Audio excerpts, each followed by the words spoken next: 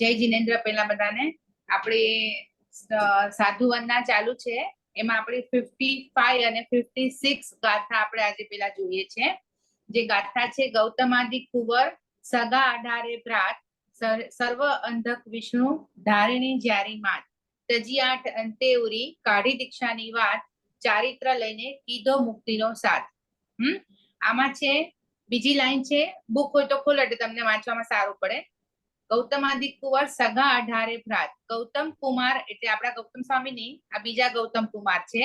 એ સગા 18 ભ્રાત. કેટલા ભાઈઓ છે? 18 ભાઈઓ. કેટલા ભાઈઓ? 18 ભાઈઓ. સર્વ અંધક વિષ્ણુ સુત એટલે કે અંધક વિષ્ણુ રાજા એના પુત્રો છે. અને ધારિણી જ્યારી માત એટલે કે ધારિણી જેમની માતા હતી. ઓકે, પેલી ગાથા આપણી 55. અંધક વિષ્ણુ રાજા, ધારિણી માતા, એમના 18 પુત્ર. ગૌતમ આદિક એટલે ગૌતમ આદિ એટસેટ્રા એટલે 18 ના નામ નથી આપ્યા. એટલે સૌથી પહેલા ગૌતમ કુમાર. તો ગૌતમ કુમાર ને 18 ભાઈઓ હતા. એ 18 ભાઈઓ યુવાન થયા ત્યારે એના હવે બીજી લાઈન છે, તજી 8 અંતે ઉરી એટલે એમના 8 રાણી સાથે લગ્ન, રાજકુમારી સાથે લગ્ન થયા હતા. કેટલી? 8 રાજકન્યા સાથે લગ્ન થયા હતા.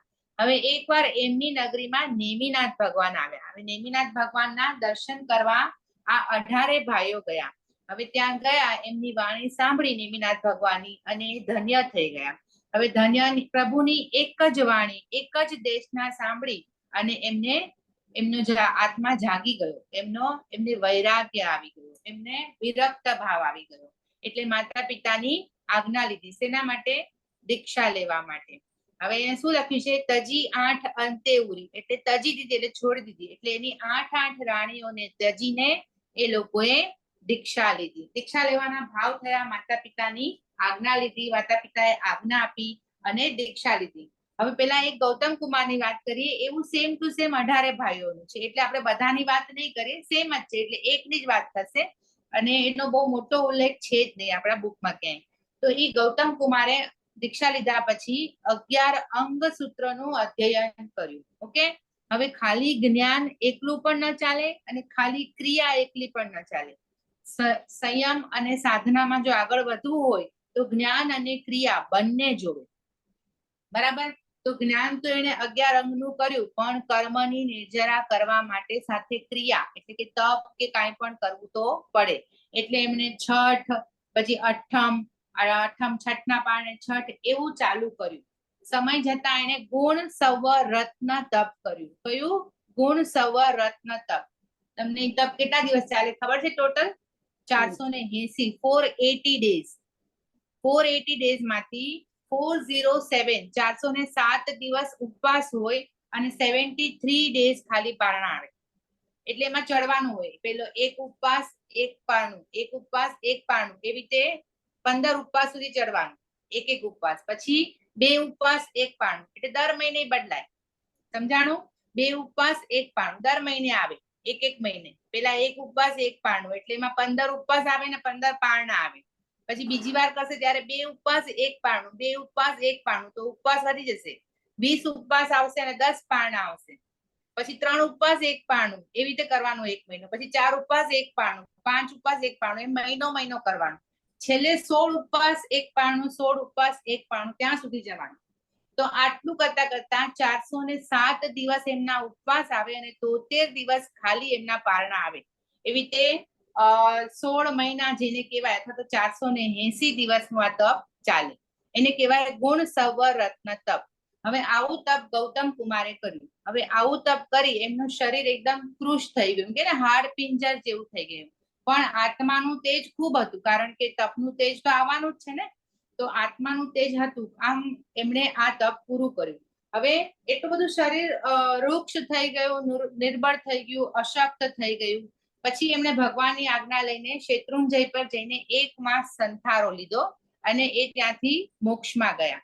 એટલે એમને એનું પોતાનું સંયમ જીવન કેટલા વર્ષ પાડ્યું? તો 12 વર્ષ પાડ્યું. પણ કેટલા ભાઈઓની વાત છે આ? કેટલા ભાઈઓની વાત ચાલે છે? 18. એમાં 2 ભાગ પડે છે, 10 અને 8 ભાઈઓ. તો જે 10 ભાઈઓ છે, ગૌતમ અને 10 ભાઈઓ હતા, એ લોકોનું ચારિત્ર જીવન સંયમ જીવન 12 વર્ષ અને પછી એ લોકો મોક્ષમાં ગયા. અને બીજા જે 8 ભાઈઓ છે એ લોકોનું ચારિત્ર સંયમ જે છે 16 વર્ષ ચાલ્યું અને પછી મોક્ષમાં ગયા. પણ બધાની રીત આ જ હતી. બધાને 8 રાજકન્યા સાથે લગ્ન થયા. આવી રીતે બધાએ સંયમ તપની આરાધના કરી. આવી રીતે છેલ્લે 1 મહિનો શેત્રુંજયમાં જઈને સંથારો લીધો અને સિદ્ધમાં ગયા. એટલે આવી રીતે અહીંયા આગળ આ ગાથાનું આટલું શોર્ટ વર્ણન જ હતું. ઓકે, આમાં આ બધા જ ભાઈઓનું કે હવે જે આપણે સાંભળશું આ બધાનું વર્ણન આ અંતગળ સૂત્રમાં આવે છે. આપણા 32 આગમમાંથી એક આગમ છે અંતગળ સૂત્ર. આ અંતગળ સૂત્રમાં આ બધાનું જ અધ્યયન આ આવે છે. ઓકે, તો આ ગાથાનું સમજાઈ ગયું. ગૌતમ કુમારે 18 ભાઈઓ હતા. એમનું એ લોકોએ પોતાનું 12 અને 16 વર્ષ સંયમ જીવન પાળી અને મોક્ષમાં ગયા. ઓકે, એના પછીની ગાથા, હવે ગાથા નંબર આવશે 57. બુક હોય તો ખોલજો. શ્રી અનિક સેનાદિક 6 સહોદર ભાઈ વસુદેવના નંદન દેવકી જ્યારી માય બદિલપુર નગરી નાગ ગાહાવાય જાણ સુલસા ઘેર વધ્યા સાંભળી નેમીની વાણ તજી 32 અંતે ઉરી નીકળ્યા છટકાય નર કુબેર સમાણા નેમી નાટ સિપાય કરી છટછટ પારણા મનને વૈરાગ્ય લાય એક માસ સંસારે મુક્તિ બિરાજ્યા જાય. ગાથા નંબર 57 to 60 આ બધાનું એક જણનું જ છે. હવે એમાં કોની વાત છે? તો પેલા ત્રીજી લાઈન, તમારી પાસે બુક હોય તો ત્રીજી લાઈન, બદિલપુર નગરી બુક છે. અચ્છા, હા, તો એમાં ત્રીજી એટલે કે 58 ની ગાથાની પહેલી લાઈન, બદિલપુર નગરી નાગ ગાહાવાય જાણ. એટલે કઈ નગરીની વાત છે? બદિલપુર નગરીની વાત છે. નાગ ગાહાવાય એટલે નાગ ગાથાપતિ, જે શેઠ શ્રેષ્ઠી હોય ને, જે શ્રીમંત હોય, ગાથાપતિ કહેવાય ને. તો એનું નાગ નામ, જેના પત્ની સુલસા ઘેર વધ્યા. બીજી લાઈન છે સુલસા ઘેર વધ્યા, એટલે સુલસા એમની પત્ની હતી. કોની વાત છે? બદિલપુર નગરી નાગ ગાથાપતિ અને સુલસા એમની પત્ની. હવે પેલી લાઈન, શ્રી અનિક સેનાદિક 6 સહોદર ભાઈ, એમના 6 પુત્ર હતા. કોણ હતા? તો પેલાનું એકનું જ નામ આપ્યું છે અનિક સેન. શ્રી અનિક સેનાદી, અનિક સેનાદી એટલે અનિક સેન આદિ. હા, અનિક સેન અને બીજા 6, એ 6 ભાઈઓ એટલે એના 6 પુત્રો હતા. હવે બીજી લાઈન 59 ની ગાથામાં લખ્યું છે નળ કુબેર સમાણા. લખ્યું છે નળ કુબેર સમાણા. એનો મતલબ છે કે નળ અને કુબેર જેટલા અત્યંત અપ્રતિમ સૌંદર્ય વાળા હતા, ખૂબ જ સ્વરૂપવાન હતા. કેટલા પુત્ર હતા? હવે ગાથાને છોડીને આપણે વાત કરીએ. બદિલપુર નગરી નાગ ગાથાપતિ સુલસા શ્રાવિકા જે છે એમના પત્ની, એમના ઘરે 6 દીકરા, અનિક સેન આદિ એટલે પેલાનું નામ આપ્યું. ઓલામાં કેવી રીતે હતું? ગૌતમાદિક આદિ. ગૌતમાદિક હતું ને, એટલે બધા 18 ના નામ નતા આપ્યા. એવી રીતે અહીંયા 6 ભાઈનો નામ ના આપ્યા હોય. અનિક સેન આદિ એટલે અનિક સેન અને બીજા 5, એવી રીતે એના 6 પુત્રો. ઓકે, હવે એ લોકો એમના જન્મ થયો એમને ત્યાં, એમને શિક્ષા અને કલામાં નિપુણ બનાવ્યા. એ લોકો યુવાન થયા. હવે આમાં લાઈન છે તજી 32 અંતે ઉરી. 32 અંતે ઉરી એટલે 32 રાણી સાથે, 32 રાજકન્યાઓ સાથે એમના લગ્ન થયા. ઓકે, દેવતા જેવું સુખ છે એમની પાસે અને સુખ વૈભવ વિલાસ ભોગવે છે. આ બધા જ જે છે એ બધા નેમિનાથ ભગવાનના સમયના છે. અંતગળ સૂત્ર અને નેમિનાથ ભગવાનના સમયમાં જ છે આ બધાનો જ ઉલ્લેખ. ઓકે, હવે એકવાર આ બદિલપુર નગરીમાં નેમિનાથ ભગવાન આવ્યા. એમની સમોસરણની રચના થઈ. પ્રભુના સમોસરણમાં આ અનિક સેન આ 6 પુત્ર એમને ત્યાં દર્શન કરવા જાય છે, એમની દેશના સાંભળવા જાય છે. એ લોકો ખૂબ આમ કહેવાય ને શૂરવીરા હોય, શુરા હોય, વીરા હોય, કે એક દેશના સાંભળીને પણ એ લોકોને વૈરાગ્ય આવી જાય. આપણે તો દેશના કેટલું બધું સાંભળે છે, આપણને ક્યાંય એક ટકો પણ ક્યાંય આપણને ભાવ પણ નથી આવતો એવો. અને એ લોકો એકવાર સાંભળીને પણ વૈરાગ્ય, એટલા બધા શુરા હોય છે. તો એમણે દેશના સાંભળી અને એમણે વૈરાગ્ય આવ્યો અને એમણે દીક્ષા લીધી. હવે એ મુનિ બન્યા. બરાબર છે. હવે એની બીજી લાઈન 57 ગાથાની બીજી લાઈન, વસુદેવના નંદન દેવકી જ્યારી માય. બરાબર. હવે આમાં કેમ એમ લખ્યું છે કે વસુદેવના નંદન એટલે વસુદેવ એના પિતા અને દેવકી માતા લખ્યું છે. એટલે આની એક સ્ટોરી છે. પેલા શું આવ્યું? બદિલપુર નગરી નાગ ગાથાપતિ અને સુલસાના 6 પુત્ર છે. બરાબર. હવે આમાં આમ પણ આપ્યું છે કે વસુદેવના નંદન અને દેવકી એની માતા. તો એનું એક વાત છે, આપણે દીક્ષા લીધી 6 અનિક સેન આદિ 6 યુવાનોએ રાજકુમારોએ દીક્ષા લીધી. બરાબર, હવે દીક્ષા નેમિનાથ પાસે લીધી, નેમિનાથ ભગવાન પાસે દીક્ષા લઈને એમને છઠના પારણે તપસ્યા ખૂબ કરતા હતા, છઠના પારણે છઠ કરતા હતા. એકવાર છઠના પારણામાં એ દેવકીના રાજમહેલમાં, દ્વારિકામાં દેવકીના રાજમહેલમાં એ ગોચરી બોરાવા ગયા અને ત્યારે જ દેવકીએ સિંહ કેસરી લાડવા બનાવ્યા હતા. તો એમણે આ 6 માંથી 2 ગયા હતા ગોચરી લેવા. તો 2 મુનિને એને બહુ ભાવપૂર્વક લાડવા ઓરાવ્યા. હજી તો લાડવા ઓરાવીને 2 મુનિ ગયા, થોડી વાર થઈ તો પાછા બીજા 2 મુનિ આવ્યા. હવે આ 6 ભાઈઓ છે ને સિમિલર ફેસ ના હતા, ચહેરા મોહરા બધું સરખું હતું એમનું. તો બીજા 2 આવ્યા તો દેવકીને ખબર નથી, એને એમ થયું કે હમણાં તો ગોચરી ઓરાવીને ગયા, પાછા કેમ આવ્યા? પણ છતાં એમણે કોઈ પ્રશ્ન ન કર્યો, શંકા ન કરી અને એમણે પાછા લાડવા ઓરાવ્યા. હજી ગયા ત્યાં બીજા 2 આવ્યા.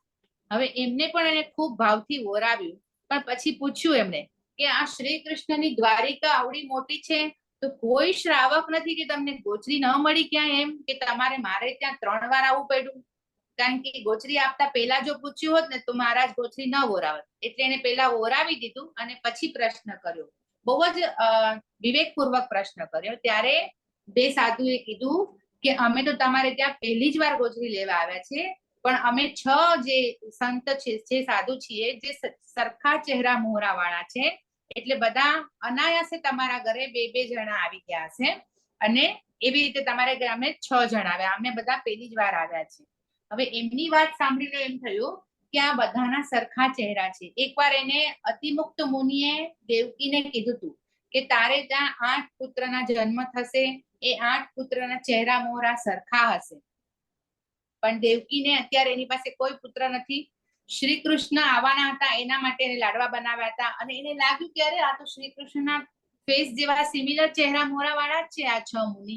તો નક્કી મને અતિમુક્ત કુમારે કીધું હતું, અતિમુક્ત મુનિએ કીધું હતું કે આ તારા જો મારા જ પુત્ર હશે. તો એને એ શંકાનું સમાધાન કરવા માટે નેમિનાથ ભગવાન પાસે જાય છે અને નેમિનાથ ભગવાનને કહે છે કે આ સરખા ચહેરા મોહરા વાળા 6 સાધુ મારે ત્યાં ગોચરી લેવા આવ્યા હતા, તો મને અતિમુક્ત કુમારે મુનિએ કીધું હતું કે તમને 8 પુત્ર થશે, તો શું આ તો આ જ છે? તો એને કીધું કે હા, આ 6 પુત્ર તારા જ છે, પણ પૂર્વ ભવનું દેવકી અને સુનસાનું કંઈક હશે એવું ઋણાનું બંધ છે, પણ એ પછી આપણે લાંબી સ્ટોરીમાં નથી જવું.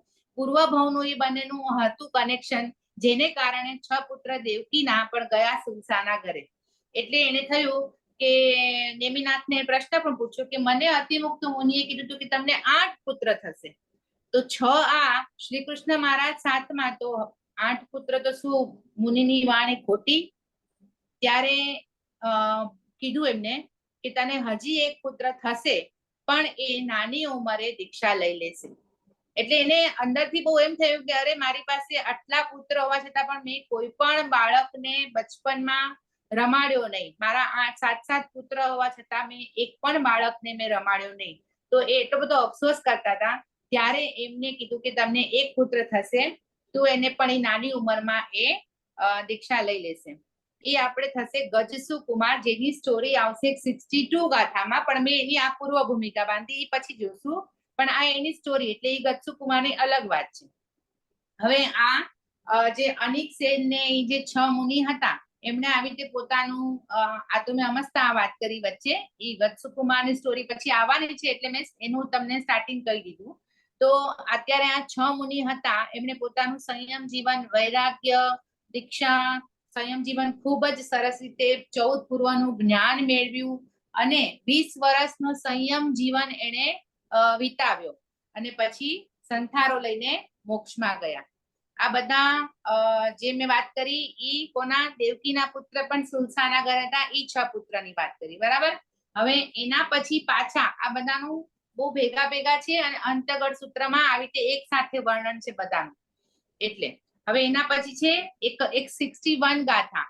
વળી દારૂક સારણ સુમુખ દુમુખ મુનિ રાય, વળી કુબેર અનાદ્રષ્ટિ ગયા મુક્તિ ગઢમાય. હવે આમાં પાછા 6 જીવોનું વર્ણન છે. દારૂક, સારણ, સુમુખ, દુમુખ, કુપક અને અનાદષ્ટ. આ 6 જીવોનું વર્ણન છે. આ વસુદેવ અને ધારિણી એના માતા પિતા હતા, એમના પુત્ર હતા આમના 50 કન્યાઓ સાથે લગ્ન થયા હતા. પછી એમને નેમિનાથ, બધાની સ્ટોરી સેમ જ છે. નેમિનાથ ભગવાનની વાણી સાંભળી, એમને વૈરાગ્ય આવ્યો, દીક્ષા લીધી, એમણે એમનું સંયમ જીવન પૂરું કર્યું. 20 વર્ષનું સંયમ જીવન કરી છેલ્લે 1 માસ સંથારો કરીને મોક્ષમાં ગયા.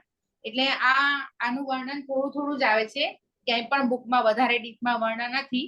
અને ગૌતમાદિક જે 18 ભાઈ હતા, તો જેમ ગૌતમ કુમારની વાત કરી એવી રીતે 18 ભાઈઓની વાત થાય.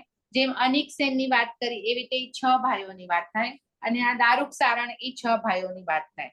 ઓકે, આવી રીતે. પણ આપણે હંમેશા બધાની વાતો સાંભળીએ કે ભાઈ સંયમ જીવન લીધું, સંયમ જીવનમાં કષ્ટ આવ્યા અને એ લોકોએ પોતાનું જીવન કેવી રીતે વિતાવ્યું. પણ આપણને ક્યારે ખબર છે કે સાધુને જે આ સંયમ જીવનમાં કષ્ટ આવે એ કષ્ટને શું કહેવાય?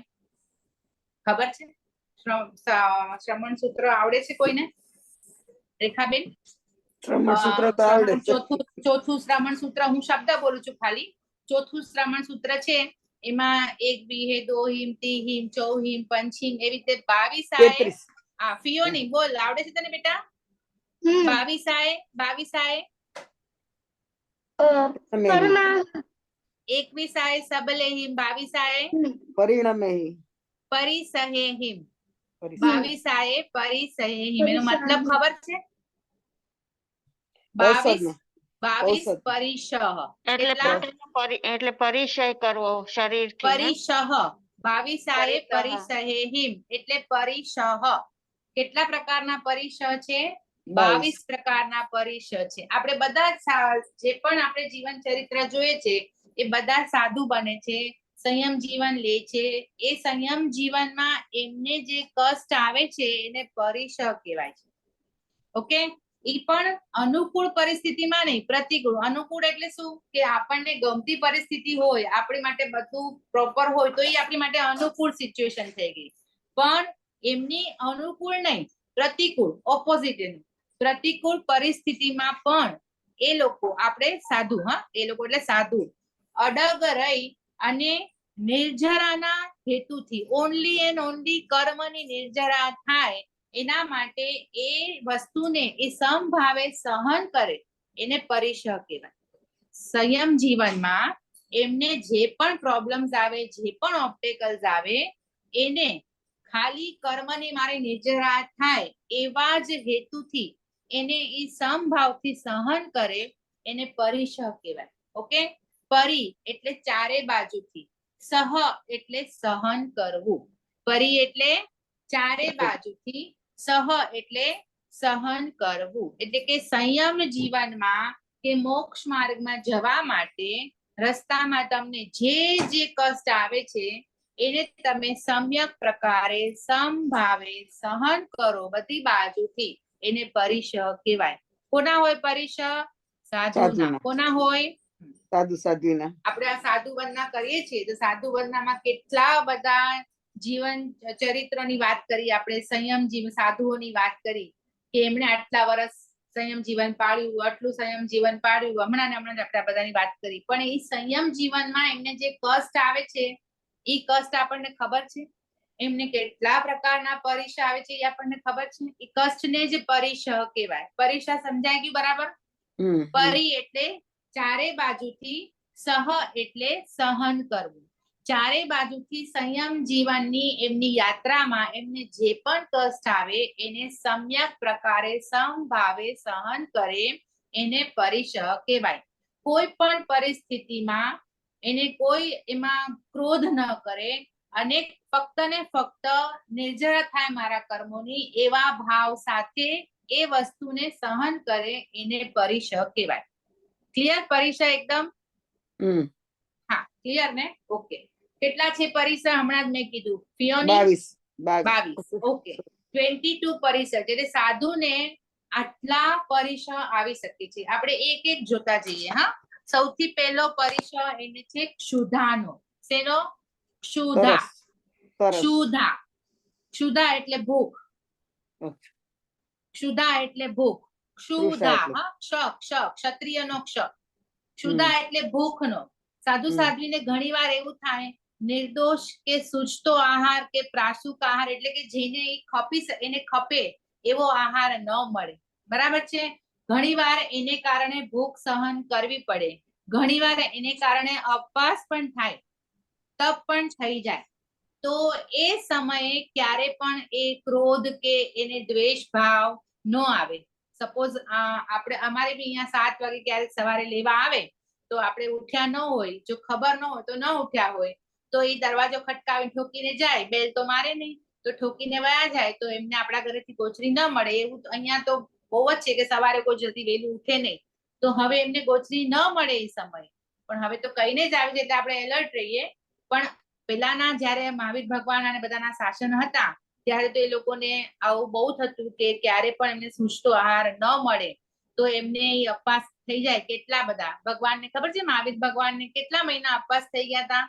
એમને 5 સૂચતો આહાર ન મળ્યો તો 5 મહિના 5 ને માસ ને 25 દિવસ 25 દિવસ સુધી. કારણ કે એમને તો અભિગ્રહ હતો, એ અભિગ્રહ પૂરો ન થયો એટલે એમને તો ગોચરી મળતી હતી પણ એમનો જે અભિગ્રહ પૂરો નતો થયો એટલે. પણ હંમેશા ભગવાન મહાવીર પણ ખૂબ જ એમ કહે ને અલ્પ આહાર લેતા હતા, કોઈ દિવસ વધારે આહાર ન લે. અને અનાર્ય દેશમાં જાય ને, અનાર્ય દેશ એટલે શું કે જ્યાં કોઈને ધર્મ નથી ખબર કે એને નથી ખબર કે આ અમારા તીર્થંકર છે, એવો જે જગ્યા હોય ને અનાર્ય દેશ, જ્યાં માણસોને કઈ સમજ જ નથી, જૈન ધર્મ જ નથી, એવા દેશમાં એ કર્મોની નિર્જરા કરવા ચાય કરીને જતા કે મારા કર્મોની જલ્દી નિર્જરા થાય. તો એવા દેશમાં તો એને કાંઈ ન મળતું, તો પણ એને હંમેશા એ ક્ષુધાનો પરિસર હંમેશા આવતો હતો. પણ એ બહુ સમભાવે ક્ષુધા પરિસર સહન કરતા હતા. આપણને જરાક ભૂખ લાગી હોય તો અને તરત કાંઈ રેડી ન હોય ઘરમાં તો તરત બીજું લઈને પણ પેટમાં કાંઈ નાખી દે કે બહુ ભૂખ લાગી છે. એટલે આપણે જરા પણ સહન નથી કરી શકતા. પિયોની, તને ભૂખ લાગી હોય અને મમ્મીએ ફેવરેટ ખાવાનું ન બનાવ્યું હોય તો શું થાય? બીજું ખાઈ લે. તું તો બહુ ડાય છે ને કે તું બીજું ખાઈ લે. ઓકે. ઋષભદેવ ભગવાનને ખબર છે કેટલો વખત સુધી નતું મળ્યો? 12.5 ઋષભદેવ વર્ષ ભગવાનને ગોચરી કેટલો વખત સુધી નથી મળી? 12.5 12 કે 13 મહિના, બરાબર ને? 12 મહિના કે 13 મહિના. કારણ કે ઋષભદેવ ભગવાન પેલા રાજા અને પેલા મુનિ બન્યા. તો એ રાજામાંથી મુનિ બન્યા તો કોઈને સમજાય જ નહીં કે એને શું ઓરાવું. બધા શું ઓરાવે એને ઝવેરાત ઓરાવે, ગામ આપે, રાજ્ય આપે, કોઈ પોતાની કન્યા ઓરાવે, ઝવેરાત બધું આપે. પણ કોઈ એને થાય કે આ તો રાજા છે, આને પૈસાની શું જરૂર, અરે ખાવાની શું જરૂર હોય, એટલે એને કોઈ ખાવાનું ઓરાવે જ નહીં. બધા એને બીજી બધી વસ્તુ આપે પણ મુનિ ક્યારે સામેથી એમ ન કે મને આ ઓરાવો. એમ કરતા કરતા કરતા 13 મહિના કે 12.5 મહિના જેવું થઈ ગયું, એમને કાંઈ જ ન મળ્યું. છેલ્લે શ્રેયાંશ કુમારને જાતિ સ્મરણ જ્ઞાન થયું અને એને ખબર પડી કે આ મુનિને શું ઓરાવાય. અને એમને ત્યાં 108 શેરડીના રસના ઘડા હતા. ભગવાન કર પાત્ર હોય, તમને ખબર છે પેલા ભગવાન, અત્યારે માસતીજી પાત્રા લઈને આવે ગોચરી ઓરાવા. પાત્રા હોય ને એમના વાસણો હોય ને ઈ લઈને આવે, પણ ભગવાન કેવા હોય? કર પાત્ર. ખાલી હાથમાં જે આ કર એટલે હાથ, એ કર જ એનું પાત્ર, હાથ જ એનું પાત્રું છે, આમાં જ બોરાવે. એ 108 ઘડા એમણે એ શેરડીના રસના પીધા પણ એક પણ રસનું ટીપું નીચે ના પડ્યું. એટલે એને અક્ષય, કોઈ પણ વસ્તુનો ક્ષય ન થયો એટલે એને અક્ષય, અને એ દિવસને અક્ષય તૃતીયા તરીકે ઓળખાય છે, જેને આપણે હવે અખાત્રીજ કહીએ છીએ. તે દિવસે ભગવાનનું પારણું થયું. આપણે અખાત્રીજ કહીએ છીએ ને, બધા વર્ષી તપના પારણા કરે ને, હા, એટલે એને અક્ષય તૃતીયા કહેવાય છે. કારણ કે એમના કરમાંથી એક પણ ટીપું નીચે ના પડ્યું એટલે એમને અક્ષય તૃતીયા કહેવાય છે. કર્મ કોઈને છોડતું નથી. તો આપણને તો નથી છોડતું, ભગવાનને પણ નથી છોડતું. કેમ ભગવાનને 13 મહિના સુધી ન મળી ગોચરી? ખબર છે કોઈને? એટલે એમણે બળદને મોઢામાં રાખ્યું હતું ને એટલા માટે. યસ, ભગવાન જયારે રાજા હતા ને ત્યારે એને અસીમસી કૃષિ શીખવાડી, ખબર ને? ખેતી, બધાને ખેતી કેમ કરવાનું, કે શસ્ત્ર વાપરવાનું, એ બધું શીખવાડ્યું. તો એ ખેતી કરતા શીખવાડ્યું તો ઓલા બળદ બધું એનું ક્રોપ શું કે ને એ ખાઈ જાય.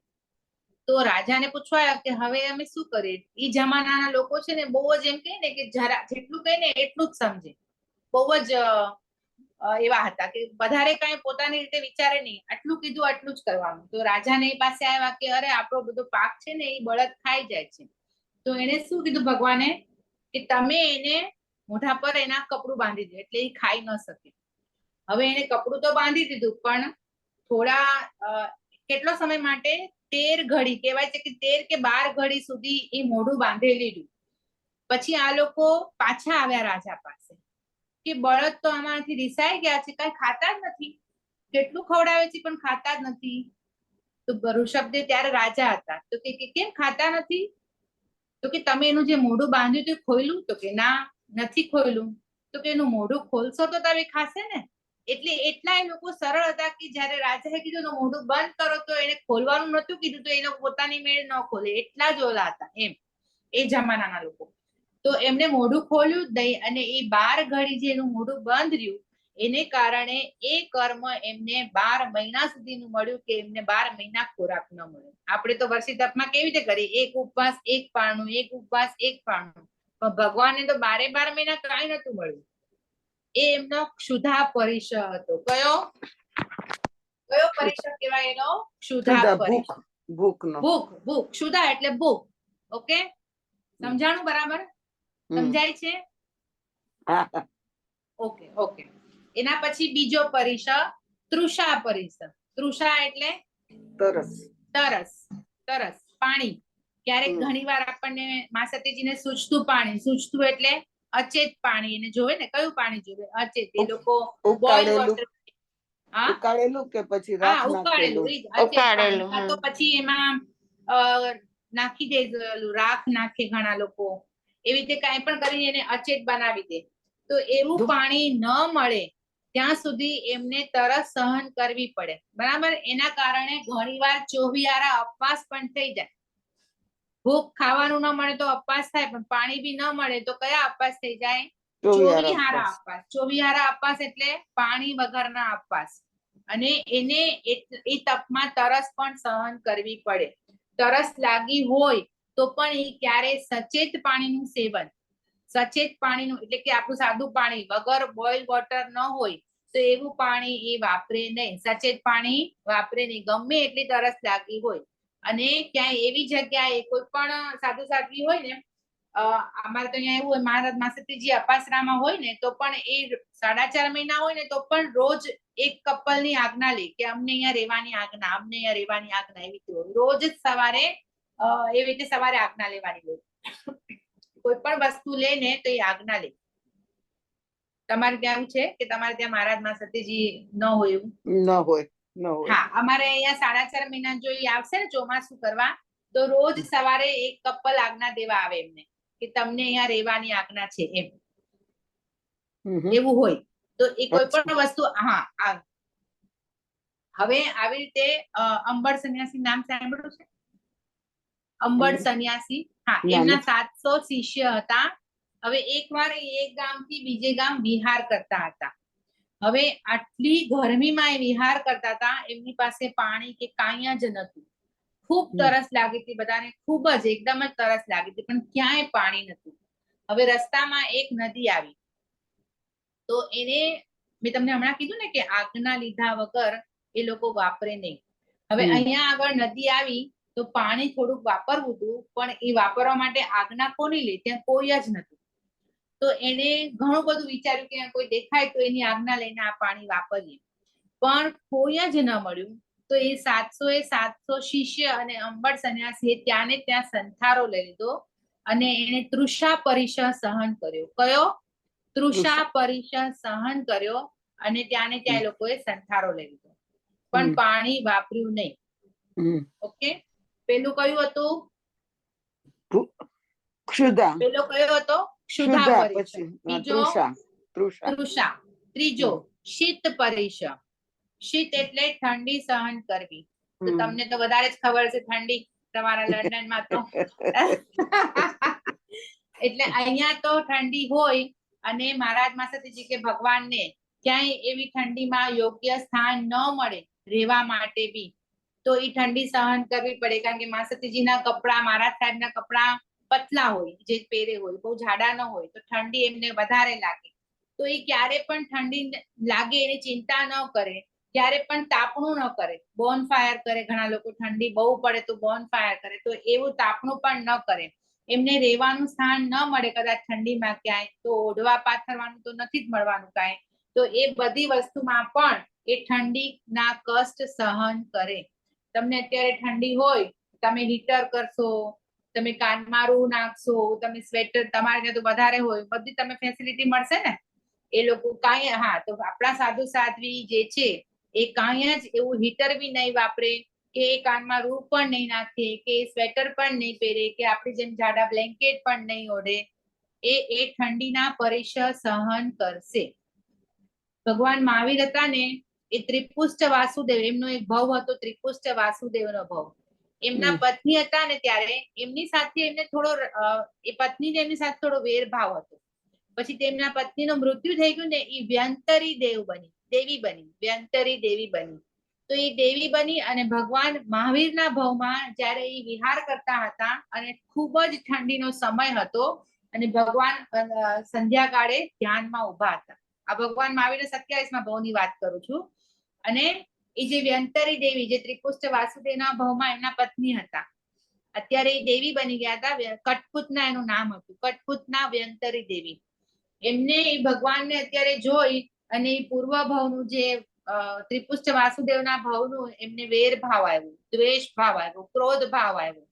એમને થયું અતિશય ઠંડીનો સમય હતો અને ભગવાન પર એની જટા હતી માથામાં દેવીની, તો એ જટા એને બરફવાળા પાણીમાં, ઠંડા બરફના પાણીથી જટા એને, અને આખી રાત પાણી ભગવાન મહાવીર ઉપર આખી રાત એ પાણી, ઠંડુ બરફનું પાણી છોડ્યું. આખી રાત છોડ્યા પછી પણ ભગવાને સમભાવમાં આ શીત પરીક્ષ સહન કર્યો. સવાર પડી ત્યારે થાકી ગઈ પોતે કટપુતના દેવી અને ભગવાનની માફી માંગીને વહી ગઈ. તો આ એમનો શીત પરીક્ષ હતો. પેલો કયો હતો? ક્ષુધાનો પરીક્ષ. કોનું એક્ઝામ્પલ લીધું આપણે? ક્ષુધાનો પરીક્ષ કોને આવ્યો?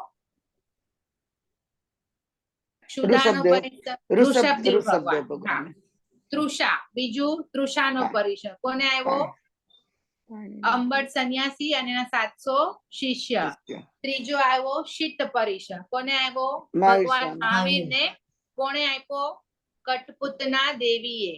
શું કામ આપ્યો? તો એમનું પેલાના ત્રિપુષ્ટ વાસુદેવના ભવનો એમનો વેરભાવ હતો એમની સાથે. ઓકે, સૌથી પહેલો ભૂખ, બીજું તરસ, ત્રીજું ઠંડી, સિમ્પલ લેંગ્વેજમાં કહીએ તો.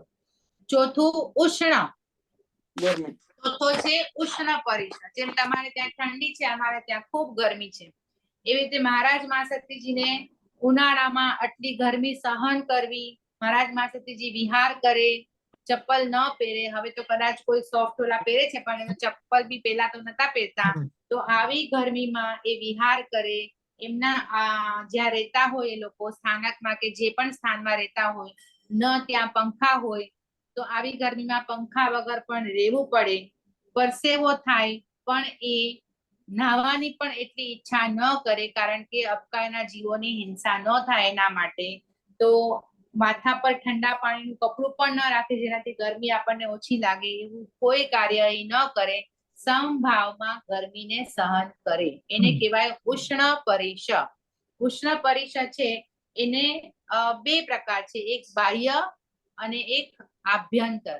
બાહ્ય એટલે જે આપણને બહારથી થાય ને એને બાહ્ય પરીક્ષ, બાહ્ય ઉષ્ણ પરીક્ષ. અને જે અંદરથી થાય ને જે, એને આભ્યંતર કહેવાય. હવે ગરમી થઈ, પરસેવો થયો, મેલ થયો, આપણને ચીકણું લાગે અને જરા બળતરા થાય કે જલન થાય, એ બધો બાહ્ય પરીક્ષ કહેવાય. બરાબર?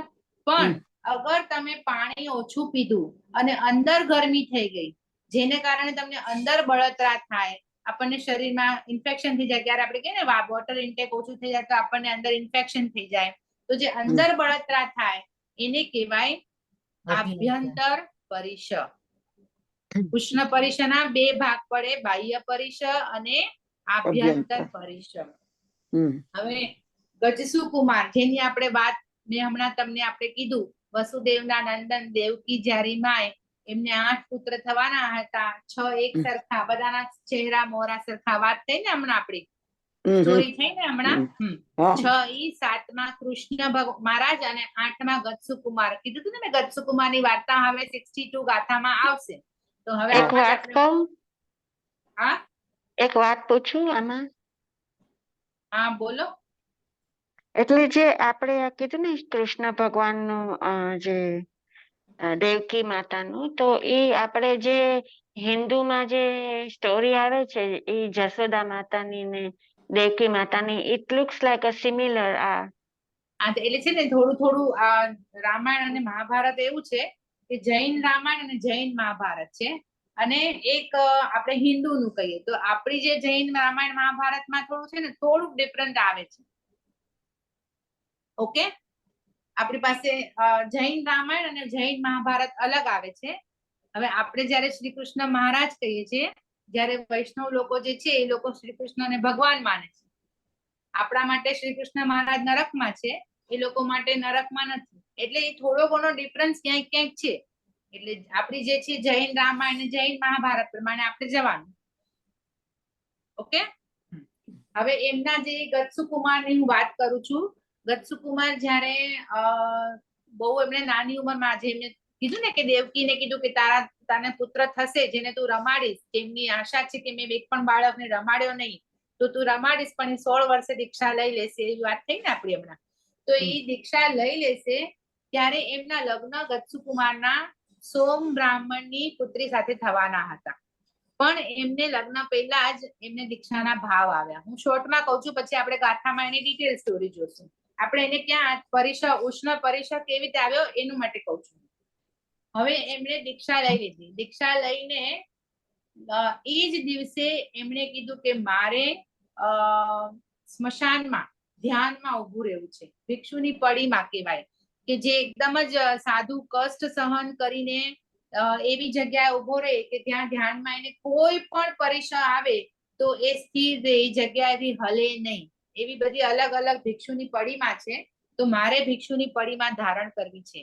તો નેમિનાથ એ જ આજે દીક્ષા લીધી ને આજે જ આજે જ એમણે દીક્ષા લીધી.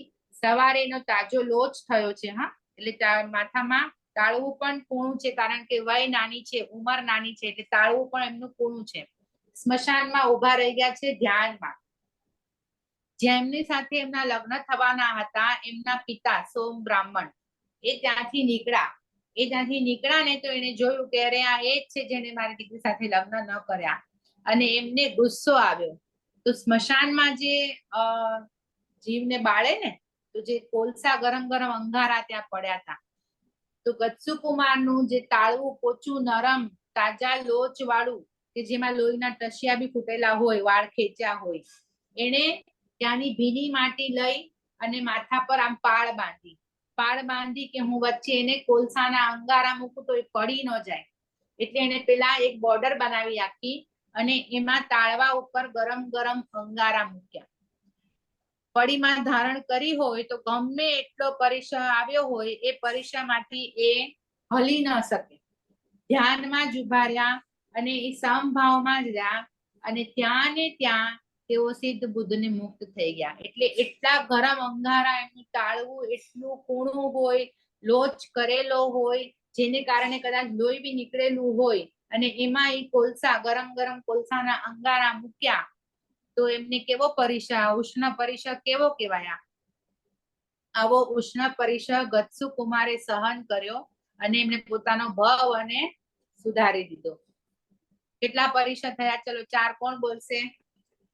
કયા? એક એક બોલો બધા.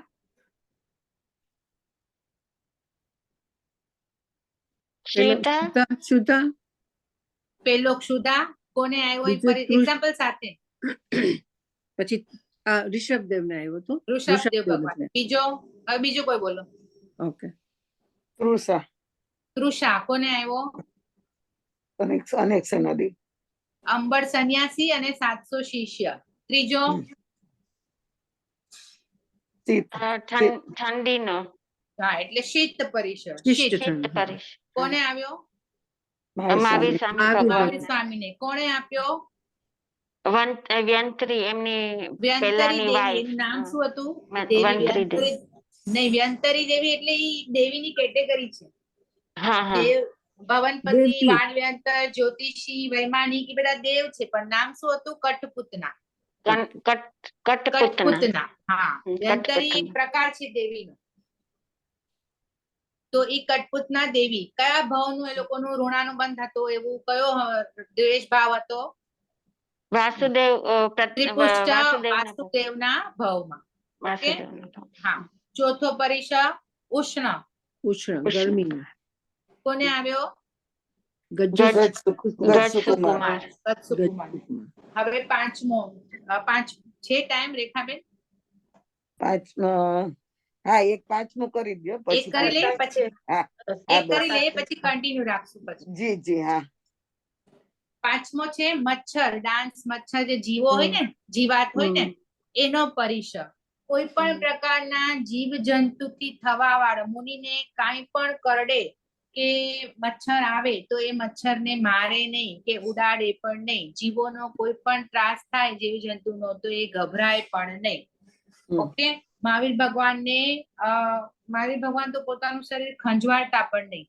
આપણે એક લોગસનો કાવસક કરીએ એમાં કેટલી વાર હલીએ? એમાં આપણને અહીંયા ખંજવાળ આવે, અહીંયા ખંજવાળ આવે, વાળ આવી જાય, બધું થઈ જાય એક લોગસના કાવસકમાં પણ. તો મહાવીર ભગવાને તો ક્યારે પણ ખંજવાળ આવતી ને તો એ ખંજવાળે પણ નહીં. એના પર કદાચ કોઈ જીવાત બેઠી હોય તો એને ઉડાડે પણ નહીં. સહન એટલે એ જીવની દયા પાડવા માટે. પોતે કષ્ટ સહન કરે પણ ઈ જીવની દયા પાડવા માટે. આ એવું હોય તો એને રોકે નહીં, મારે નહીં, ત્રાસ આપે નહીં કોઈ પણ જીવ જંતુને. એમ કરીને પોતાના જીવોની દયા પાડતા.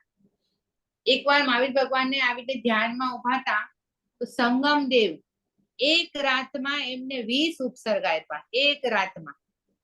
એમાં એમને કીડીઓનો પણ ઉપસર્ગ હતો. કેટલી બધી કીડીઓ કે એને ચટકા ભરી ગઈ કે આખું શરીર ઓલું ચારણી હોય ને કાણા જેવું થઈ ગયું. એટલા બધા કીડીઓનો ઉપસર્ગ આવ્યો પણ એ પોતાના ધ્યાનમાંથી ચલાયમાન ન થયા. એવી રીતે કેટલી બધી વસ્તુઓનો એને કીડી, હાથી, ખૂબ કે કાનમાં બી વહી જાય કીડી, એટલો બધો એમને ઉપસર્ગ આપ્યો હતો. પણ ભગવાન મહાવીર એ સમયે સ્થિરતામાં રહ્યા, સમભાવમાં રહ્યા. એક રાતમાં 20 ઉપસર્ગ અલગ અલગ આપ્યા એમને, પણ એમને એ સહન કર્યા. આ હતો ડાન્સ મચ્છરનો પરિશ. અને આપણને જરા કઈ ન કરડ્યું હોય તોય ખંજવાળ આવે તો આપણે તરત જ ખંજવાળી લઈએ છીએ. આ બધા સાધુના પરિશ છે. પણ આપણે ક્યાંક આમાં એવું નથી કે સાધુના પરિશ છે એટલે આપણે કાંઈ ન કરી શકીએ. આપણે આમાંથી જેટલું કરી શકતા હોય ને એ જીવનમાં ક્યાંક સહન કરી શકતા હોય તો કરવાનું. એવું નથી કે સાધુ માટે જ છે, એ લોકો માટે તો છે જ, પણ આપણે શીખીએ છીએ તો આપણને પણ એપ્લિકેબલ છે કે આપણા જીવનમાં આપણે જ્યાં કાંઈ જરૂર પડી હોય તો થોડું ઘણું સહન કરવું પડ્યું હોય, કે ભૂખ હોય, કે તરસ હોય, કે ઠંડી હોય, કે ગરમી હોય તો કરી લેવી જોઈએ. તમારે ત્યાં કદાચ ખૂબ ઠંડી પડે, અમારે ત્યાં અત્યારે અતિશય ગરમી છે તો અમારે એ ગરમી સહન કરવી પડે. તો જે હોય તો એ આપણે થોડું, ભલે આપણે સાદી જેટલું ન કરી શકીએ કારણ કે એ લોકો તો પંખા બી નથી વાપરતા, પણ આપણે થોડા ઘણા અંશે આમાંથી કંઈક શીખીને સહન કરીએ તો આપણે ક્યારેક આગળ જઈને સંયમના પણ ભાવ આવી શકે. તો આ છે ડાન્સ અને મચ્છરનો પરિશ. 5 પરિશ થયા. લઉં આગળ? નહીં, બસ થઈ ગયો છે ટાઈમ. થઈ ગયો છે ટાઈમ. ઓકે. 5 પરિશ. પહેલો ક્ષુધાનો, બીજો તૃષાનો, ત્રીજો શીતનો, ચોથો ઉષ્ણનો અને પાંચમો ડાન્સ મચ્છર. પહેલો ક્ષુધાનો ઋષભદેવ ભગવાનનો, પછી અંબળ સંન્યાસી અને 700 શિષ્ય.